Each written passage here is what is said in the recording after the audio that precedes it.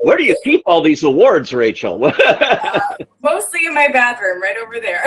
All right. All right. Well, make room for some more. In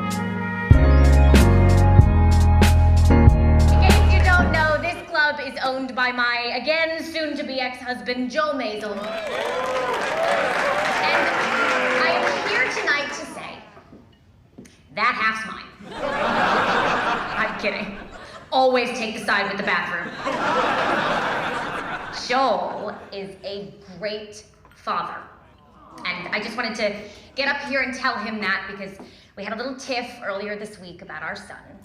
Our 5-year-old just got into collegiate and it cost so much we had to sell him for parts to get the tuition. My daughter is watching this process very nervously. It's so hard to raise kids when you're married. It's really hard to raise kids when you're divorced. But it's not that hard to raise them when their dad's a great guy. But Joel, there's no fucking way our kids are going to school in Queens. I'll burn this fucking place to the ground. Have a great time, everybody, and drink up. All proceeds go to collegiate. When you started the show 3 years ago with the Palladinos, obviously the great team behind it, did you know kind of like where it was going to go season by season? Did they sort of have an idea of the journey of Midge here? They did. I feel like, and true to form for them, they spend so much time figuring out what's going to happen in every episode. The writing process takes a good amount of time for them, but once they commit to something, they rarely ever change it. And they'd obviously spent so much time thinking about Midge's journey and how the seasons might unfold. So they told me things while we were shooting the pilot about where this journey would go that it did. I knew that Midge and Susie would go on the road. I always knew that Midge might open for somebody special in the 3rd season, that she'd be traveling. When you go on the road and you're doing that with these characters in a regular television series, it can be risky. Who am I, and do I still know this person when we take them out of the little bubble that they normally live in?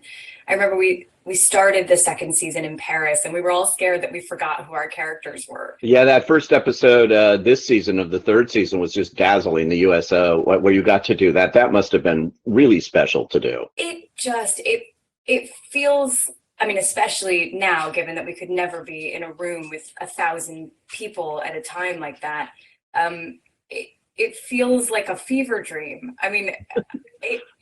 Never in film and television, in my 12, 13 years doing this, have I ever experienced that kind of energy in a space.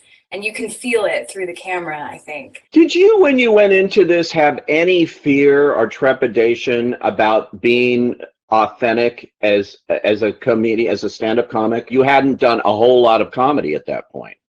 Yeah, I think I had done no comedy at that point. I was petrified. It felt like the biggest mountain to summit. It was a world that I was completely unfamiliar with. And I have a lot of friends in comedy and was just so scared for them to see it. But I also, having a lot of friends in comedy, they gave me great advice. And it was, I continue to be more afraid with each progressing season as Midge is supposed to become a more and more successful stand-up, that there's, a point at which I won't be able to catch up as a non-comedian. And then Lenny Bruce so brilliantly played, and I'm so happy that Luke Kirby got nominated, but it's in guest actor, which is a real tip-off that he's not a regular. You keep that a little bit at bay, that relationship, but people love it. As you said, that's all on Luke Kirby, that people are so invested in the relationship between Midge and Lenny. That is an impossible task, to be able to bring an icon like Lenny Bruce to life in a fictional world. It's such a tall order, and Luke delivers. He's so charming, and whenever he's on screen, he changes the pace of the show just with his presence. And then obviously there's Benjamin, who people are still very angry at me about Benjamin. But I'm Team Midge all the way. I say it all the time. It's okay for Midge to decide to be alone and to be in a relationship with her career, and still trying to figure out, as a woman in the late 50s heading into the 60s, how she wants to carve out that space for herself. There's a lot of people telling her that these decisions aren't okay, or that they aren't possible. You know, of course a woman needs a husband. And I think she's really wondering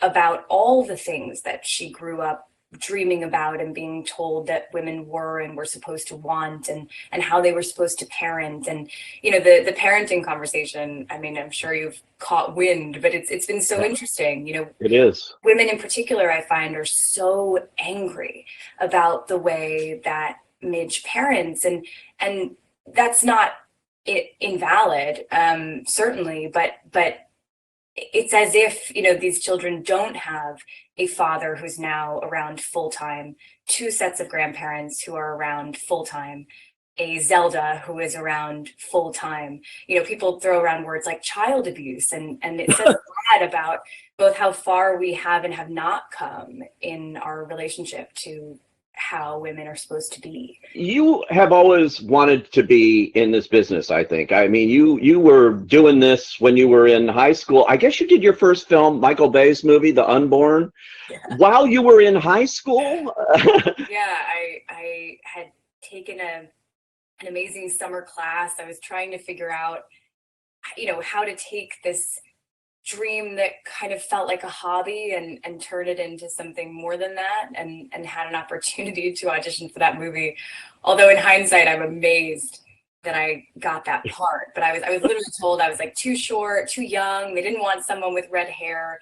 And I was 17. My mom had to be on set with me, and I was shooting a scene in a club with, you know, actors playing 19 who were definitely not 19. It was such a strange experience, and so overwhelming. I mean, talk about, you know, it was my first time ever on set, but in a giant club scene, just experiencing that many people in a space with so many cameras. It was overwhelming, but I caught the bug for sure. So I don't think I'm supposed to say this, but I'm going to say it anyway. I may have seen I'm Your Woman, an upcoming film that Amazon has, of the wonderful Julia Hart, who I know directed. When people see it, they see you working with this baby, essentially, throughout. That is an incredible challenge, I would think. I have never been sick so many times.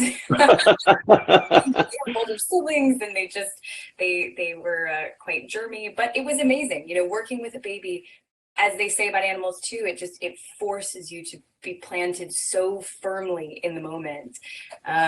Those babies aren't acting, they're just living, and we had to live together, and it was pretty incredible. Tough, but a movie ultimately that explores a mother's relationship to a sort of challenging and somewhat broken relationship to a child. And it was an incredible experience. I think you're the first person that I've actually spoken to. It's another challenging relationship that I think we don't necessarily talk about enough. You know, this is a woman who, I won't give too much away because it's a big important part of the plot, but who for a number of reasons doesn't feel immediately connected to her child, is on a very long journey of trying to figure out why that is, and is in search of that click moment that makes it all make sense for her. But yeah, we'll see. You get all these wonderful opportunities, you know, to do different characters, because that could not be more different than playing Midge. I've never really played myself, and I'm always in search of things that feel out of reach in some way. I think that feels like the most exciting space to live in as an actor. And yeah, as you said, Jean couldn't feel more polarly opposite from Mrs. Maisel. And that was an exciting change of gears, especially since they were shot actually very close together. We essentially were in pre-production while we were finishing the last season of Maisel. And I said to Jordan and Julia that it felt like I needed to take a deep breath and like somehow figure out how to slow my internal rhythm before being able to step into this character. What do you think about the Emmys this year? They're going to be virtual. They sent out a letter, I guess, to the nominees and said, you know, whatever you want to wear at home. And I'm thrilled. I mean, you know, thrilled that I get to maybe wear pajamas on the bottom, but it will be it will be sad to not be able to be in the same space with so many of the nominees, and having had that experience a couple of times, just the energy and being able to celebrate with other performers and designers and people you admire. It'll be missing that element, which is sad, but it'll be more comfortable than any award show that has ever happened. You'll all be making history one way or another. I look forward. Snacks. My daughter's come to the Emmys for the first Yes. time.